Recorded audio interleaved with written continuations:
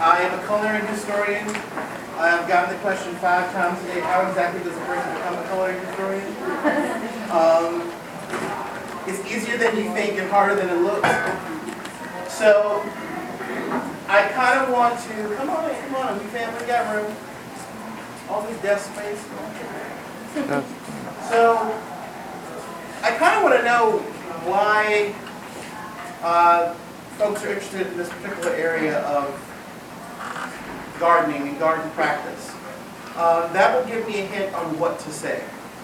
Because usually I walk in, I talk my spiel, and 2/3 leave happy, 1/3 leave clueless. So in order to avoid that, because this is a practical setting, and I'm not among my, fellow living historians, fellow public historians, fellow food scholars, we can listen to debate facts all day. That's great. But you're here for a purpose, for a reason.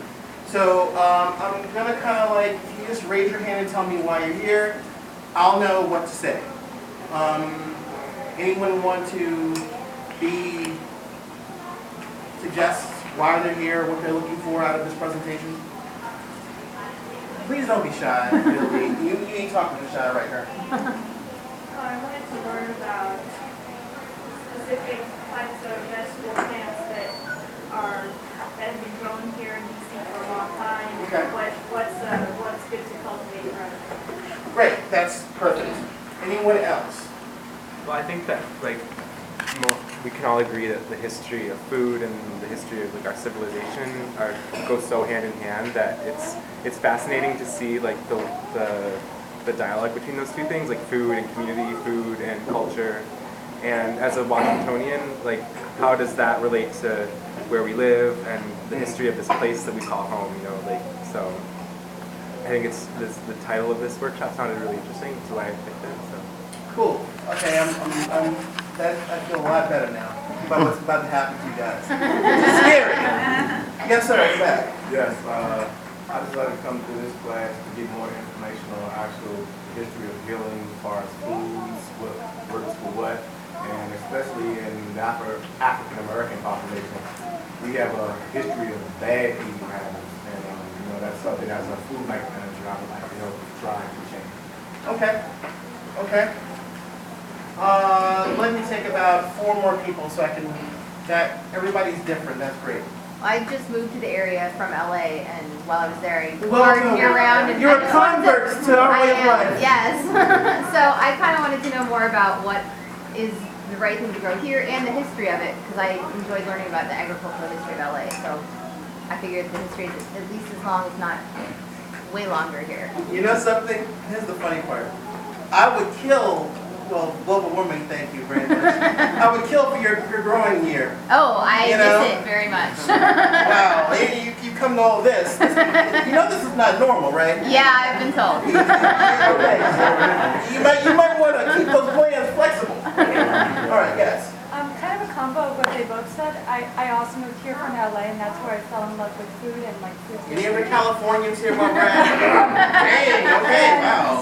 So relearning about what is grown and how it's grown and for what purposes, food's grown on the East Coast, especially this region, and then the history of this city specifically. So history and traditions of why people grow, what they do, maybe medicinal qualities of specific foods.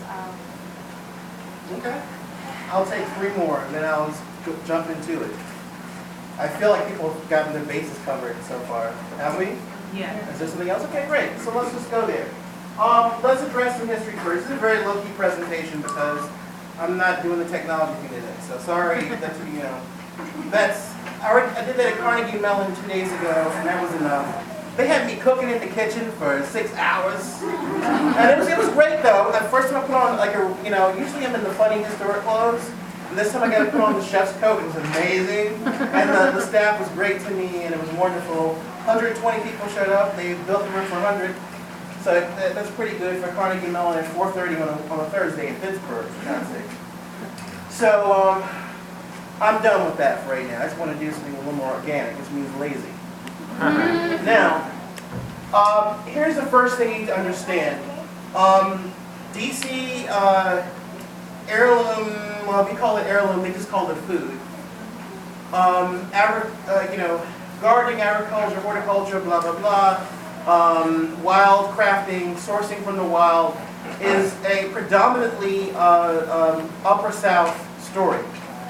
That's very important. Our landscape is shaped by three factors. One is the millennia-old presence of southern Algonquins. The second is the incursion of the British through settlement. And the last part is the introduction of enslaved Africans and the process of creating a landscape that's basically tobacco, wheat, and corn everywhere you look. So, and to that end, you can't extract the Washington metropolitan area from the same stories that you might find in the Raleigh-Durham area or the Richmond area. It's basically all the same from, 16-something down to 1820. It's the same exact story. And a lot of interesting things happen here in this area, not just because it's the nation's capital, because it's a natural crossroads of the Middle Atlantic and the Chesapeake and the South and other parts. There's no north here. That's the most important part I can say, but everything else is there. So we have all these competing cultural influences. Of course, when I say African, I mean West and Central African, and by that I mean at least a couple dozen different ethnic groups. When I say Native American, I'm talking mainly Piscataway, Conoy, Powhatan, the Powhatan Paramount Chieftain. It was not a confederacy. That pretty much basically ruled one side of the river and the other side of the river. And they ate the same exact stuff. You could probably guess the big three. Corn, beans, and squash, and your kid learns that now.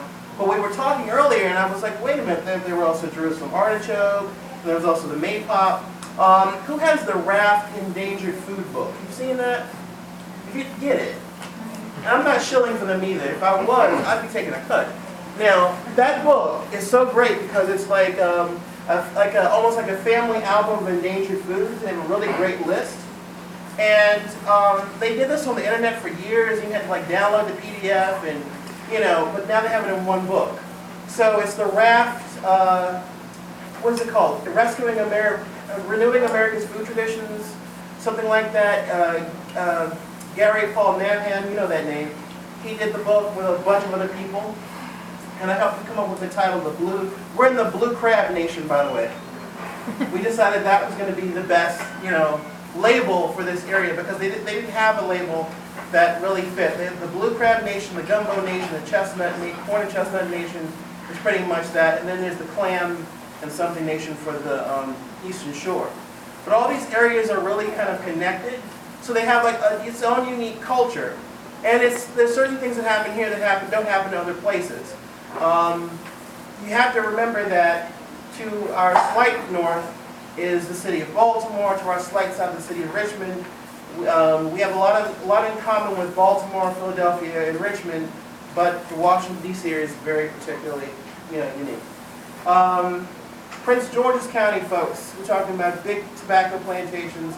Montgomery County folks, we're talking about smaller tobacco farms with a few enslaved workers and a lot of indentured servants who are British and Irish and Welsh and things like that. So that's our ethnic story. But of course, our ethnic story has expanded to Central American and to South Asian and to East Asian. So we have all these different ethnic groups. And a couple of years ago, when I was yet a wee tadpole, I was an intern turned researcher turned writer for the Smithsonian Folklife Festival when we did DC in 2000. Some of you may be old enough to remember that. Don't hold your hands up.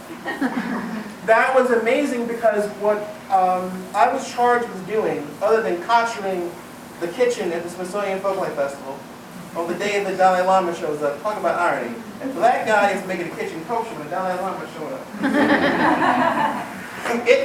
Stranger things have happened, but not really. And the cool thing about it was when you went through these neighborhoods in DC, Mount Pleasant, went through Shaw and other places, you saw little meal pots, you saw little gardens, and everybody was gardening their own thing, And it was so consistent.